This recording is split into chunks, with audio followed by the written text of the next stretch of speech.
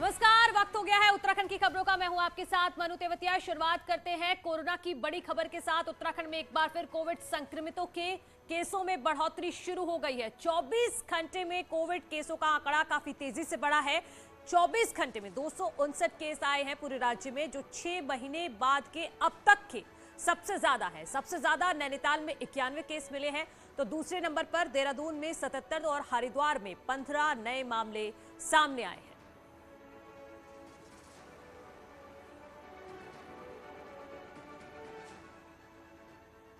नैनीताल में शनिवार को 85 बच्चों की कोरोना रिपोर्ट पॉजिटिव आई थी और उसके बाद प्रशासन हरकत में आ गया। रविवार को जिला प्रशासन ने स्कूल का निरीक्षण किया और मेडिकल की एक टीम को स्कूल में तैनात किया गया है। साथ ही एक एम्बुलेंस की भी तैनाती स्कूल में कर दी गई है।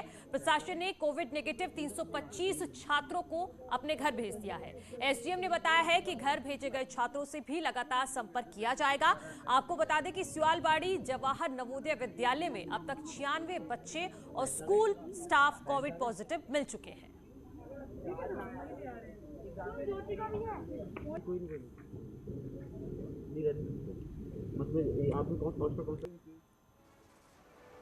एक तरफ कोविड के मामले लगातार बढ़ रहे हैं, तो वहीं एक बार फिर वैक्सीनेशन की रफ्तार को बढ़ा दिया गया है। बागेश्वर में अब 15 साल से 18 साल के छात्र छात्राओं को वैक्सीन लगाने का काम सोमवार से शुरू किया जाएगा। जिले में लगभग 13,000 छात्र छात्राओं को चिन्हित किया गया है, तो वहीं वैक्सीन लगाने के लिए इंटर कॉलेज और हाई स्कूल में सेंटर्स बनाए जाएंगे।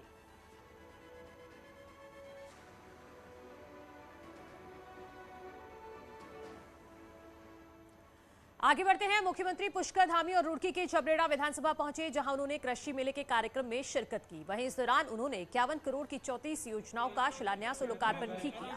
सीएम ने छबरेड़ा विधानसभा में कई घोषणाएं भी की, जिसमें ग्राम पनियाला में मिनी स्टेडियम, छबरेड़ा में मिनी फायर स्टेशन, पुहाना में छबरेड़ा गुरुकुल मार्ग का नाम अम्बेडकर पर रखने की बात कही। इसके साथ ही उन्होंने कहा कि 2022 में एक बार फिर बीजेपी की ही सरकार बनेगी।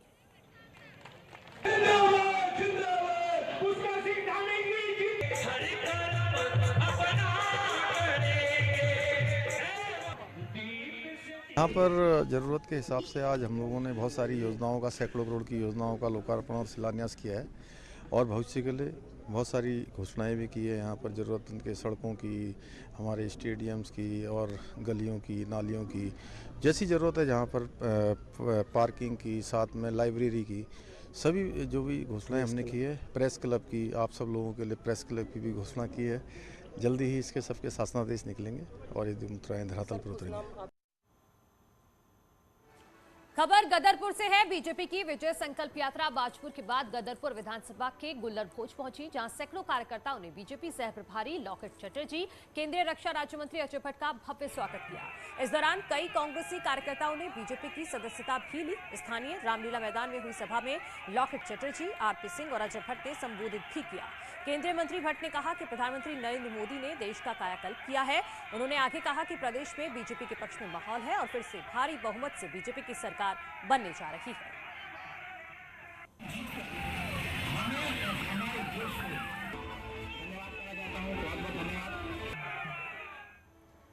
वहीं विकासनगर में बीजेपी की विजय संकल्प रैली निकाली गई, जिसमें केंद्रीय मंत्री नरेंद्र सिंह तोमर और सीएम पुष्कर धामी शामिल हुए। कुमाऊं मंडल में विजय संकल्प यात्रा का 4 जनवरी को खटीमा में समापन होगा। वहीं आज विकासनगर में 205 करोड़ की योजनाओं का शिलान्यास और लोकार्पण भी किया गया। इस दौरान केंद्रीय मंत्री ने सीएम धामी की जमकर तारीफ की।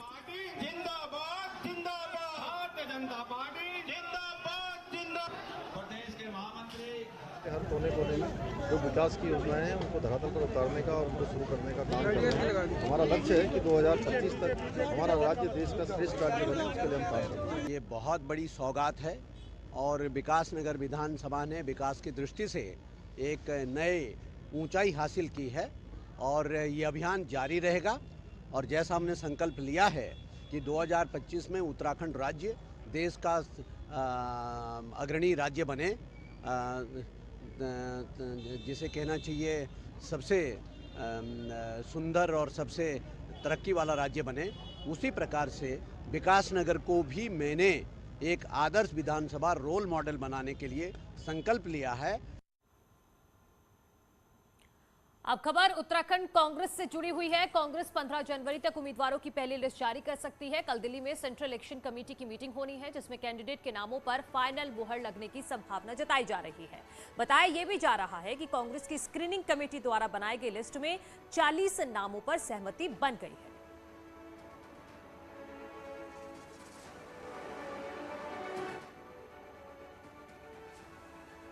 कोई भी सीट पे चर्चा होकर फाइनल नहीं हुआ।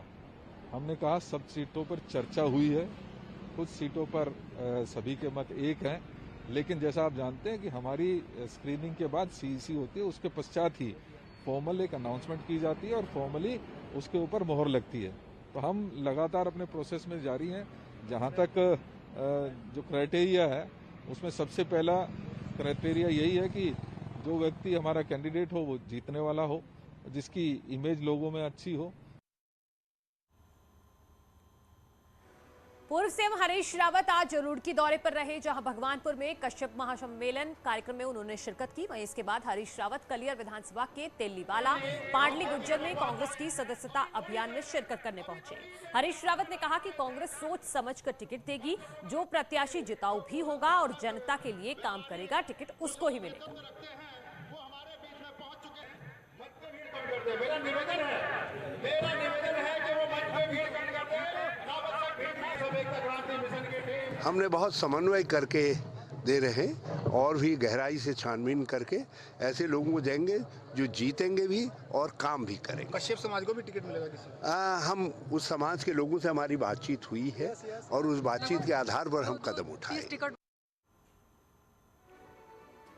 अब खबर है उत्तराखंड में बीएसपी ने अपनी पहली लिस्ट जारी कर दी है। हरिद्वार जिले की 7 विधानसभा सीट पर प्रत्याशी घोषित कर दिए गए हैं, जिसमें 2 पूर्व विधायकों को भी उम्मीदवार बनाया गया है। पूर्व मंत्री सुरेंद्र राकेश के भाई सुबोध राकेश को बीएसपी ने टिकट दिया है। खानपुर से चौधरी रविंद्र पनियाला उम्मीदवार होंगे। मंगलौर से सरबत करीम अंसारी, छबरेड़ा से आदित्य ब्रिजवाल, भगवानपुर से सुबोध राकेश और लक्सर से मोहम्मद शहजाद को टिकट दिया गया है। इसके अलावा कलियर से सुरेंद्र सैनी, हरिद्वार ग्रामीण से दर्शन लाल शर्मा को बीएसपी ने अपना उम्मीदवार घोषित किया है। बीजेपी में आज 2 नेताओं की घर वापसी हुई है। प्रतापनगर से राजेश्वर पेन्यूली और नैनीताल सीट से हेम आर्य। बीजेपी इसे भले ही कुनबा बढ़ाने की बात कह रही हो, लेकिन दोनों नेताओं की टिकट की आकांक्षा पार्टी के लिए मुसीबत बन सकती है।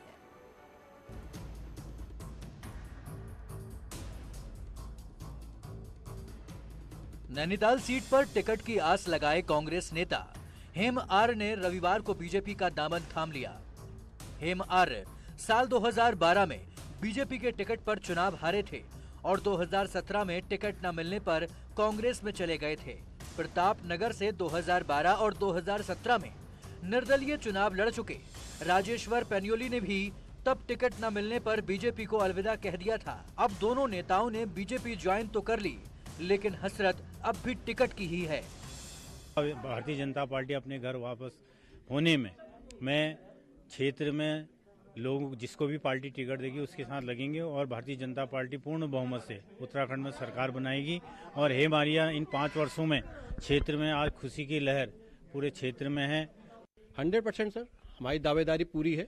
बाकी जो पार्टी तय करेगी हम लोग उसके साथ चलेंगे। एटलीस्ट मैं तो उसके साथ चलूंगा। सवाल उठता है कि क्या प्रतापनगर सीट पर बीजेपी अपने सिटिंग विधायक का टिकट काटकर राजेश्वर पेन्यूली को आजमाने जा रही है, या फिर नैनीताल में टिकट की आस लगाए दूसरे नेताओं को नाराज कर हेम आर्य पर दांव खेलेगी। हालांकि पार्टी का कहना है कि दोनों नेता बिना शर्त के पार्टी में शामिल हुए हैं, लेकिन कंडीशनल कोई भी ज्वाइनिंग नहीं है कि आपको टिकट देंगे या आपको टिकट नहीं देंगे। पार्टी कार्यकर्ता के रूप में आपने ज्वाइनिंग की है, आइडियोलॉजी आपको के पे विश्वास करके आपने ज्वाइनिंग की है, नेतृत्व को विश्वास में लेकर के। चुनावी मौसम में दल बदलने का सिलसिला तो अभी और चलता रहेगा। दल बदलने वाले भले ही ये कहते रहें कि उन्होंने टिकट के लिए दल नहीं बदले, लेकिन हसरत तो टिकट पाने की ही रहती है। न्यूज़ 18 के लिए देहरादून से सुनील नवप्रभात की रिपोर्ट।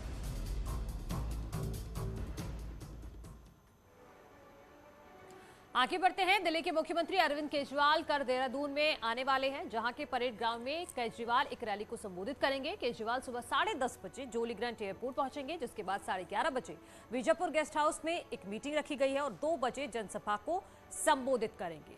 तो ये बड़ी खबर हम आपको बता रहे हैं। दिल्ली के मुख्यमंत्री अरविंद केजरीवाल कल उत्तराखंड आने वाले हैं और उत्तराखंड में देहरादून में वो एक जनसभा को संबोधित करेंगे। टाइम रखा गया है 2 बजे।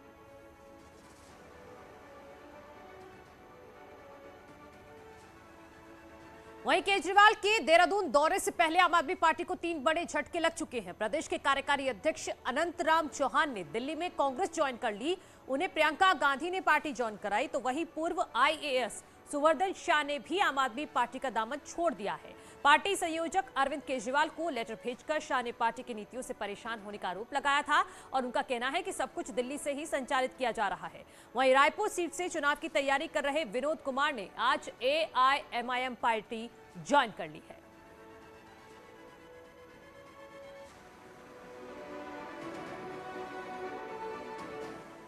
दो 2022 में AIMIM भी उत्तराखंड में चुनाव लड़ने की तैयारी में है। देहरादून में AIMIM के प्रदेश अध्यक्ष नयर काजमी ने आम आदमी पार्टी के 100 से ज्यादा कार्यकर्ताओं को पार्टी में शामिल करवाया। वहीं इसमें खास बात यह है कि इनमें वो भी नेता शामिल हैं जिन्होंने आम आदमी पार्टी पर टिकट के लिए पैसे मांगने के आरोप लगाए थे। AIMIM के प्रदेश अध्यक्ष का कहना है कि जल्द ही ओवैसी भी उत्तराखंड के दौरे पर आएंगे और पार्टी के लिए प्रचार करेंगे। वो ये था केवल और केवल जनता को दिखाने के लिए आम आदमी, बाकी कोई ऐसी आम आदमी की बात आम आदमी पार्टी के पास नहीं है। दूसरी सबसे महत्वपूर्ण बात, टिकट की खरीद फरोख्त की जा रही है। में जो भी बंदा आता है उसको शायद ये लगता है कि आम आदमी पार्टी का विधायक का टिकट मिलेगा और वो विधायक बन जाएंगे। जब उनकी ये इच्छा यहाँ पूरी नहीं हुई, क्योंकि उनके जो सिद्धांत थे वो आम आदमी पार्टी से मिलते नहीं थे, इसलिए आम आदमी पार्टी ने उनको तवज्जो नहीं दी। और आप खुद देख सकते हैं कि वो किस तरीके से एक मुस्लिम पार्टी के साथ जाकर जुड़े हैं, और आम आदमी पार्टी तो मुस्लिम और हिंदू की राजनीति करती ही नहीं। तो खबर हरिद्वार से है, जहां बीजेपी अनुसूचित मोर्चे का महासम्मेलन का आयोजन किया गया, जिसमें बीजेपी के प्रदेश प्रभारी दुष्यंत कुमार और प्रदेश अध्यक्ष मदन कौशिक ने शिरकत की। इस दौरान दुष्यंत कुमार गौतम ने कहा कि पूरे उत्तराखंड बीजेपी सरकार अपने किए विकास कार्य को मुद्दा बनाकर चुनाव में उतरेगी। तो वहीं प्रदेश अध्यक्ष मदन कौशिक ने कहा कि सभी 70 विधानसभाओं में ऐसे सम्मेलन किए जा रहे हैं और इससे अनुसूचित समाज के लोग काफी उत्साहित हैं।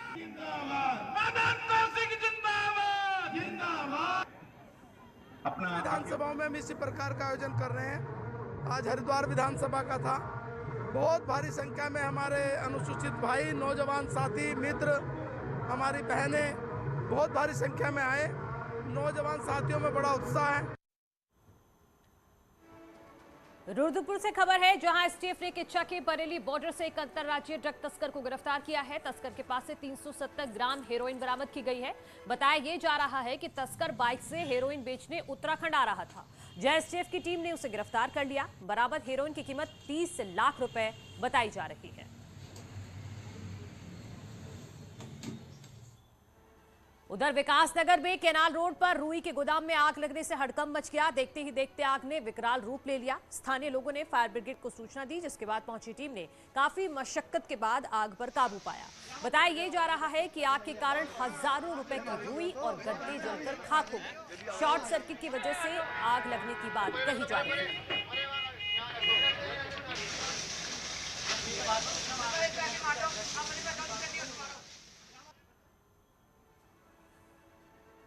रुद्रपुर कोतवाली के रामपुरा में शनिवार की रात 2 पक्षों में जमकर पत्थरबाजी हुई। पथराव में कई लोगों को चोटें भी आई हैं। सोशल मीडिया में पथराव का वीडियो वायरल हो रहा है, जिसमें सड़क पर खड़े कुछ लोग एक घर पर पत्थर फेंकते दिखाई दे रहे हैं। वहीं पुलिस का कहना है कि अभी उनके पास कोई शिकायत नहीं आई है।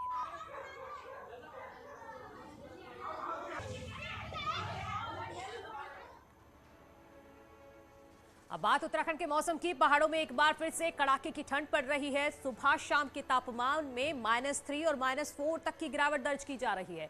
ऊंचाई वाले इलाकों में -10 से लेकर -15 तक की गिरावट होने की वजह से जगह जगह पानी जमना शुरू हो गया है। दिसंबर महीने के आखिरी सप्ताह में हुई बर्फबारी से पहाड़ों में ठंड का सितम बढ़ता ही जा रहा है।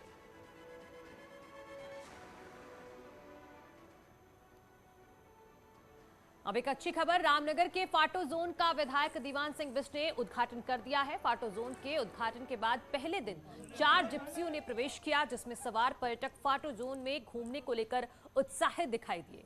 यहां पर ही ट्री हाउस बनाया गया है, जिसमें पर्यटक नाइट स्टे का भी मजा ले सकते हैं। इस जोन में सुबह शाम 40 जिप्सियों से पर्यटकों को सैर कराई जाएगी।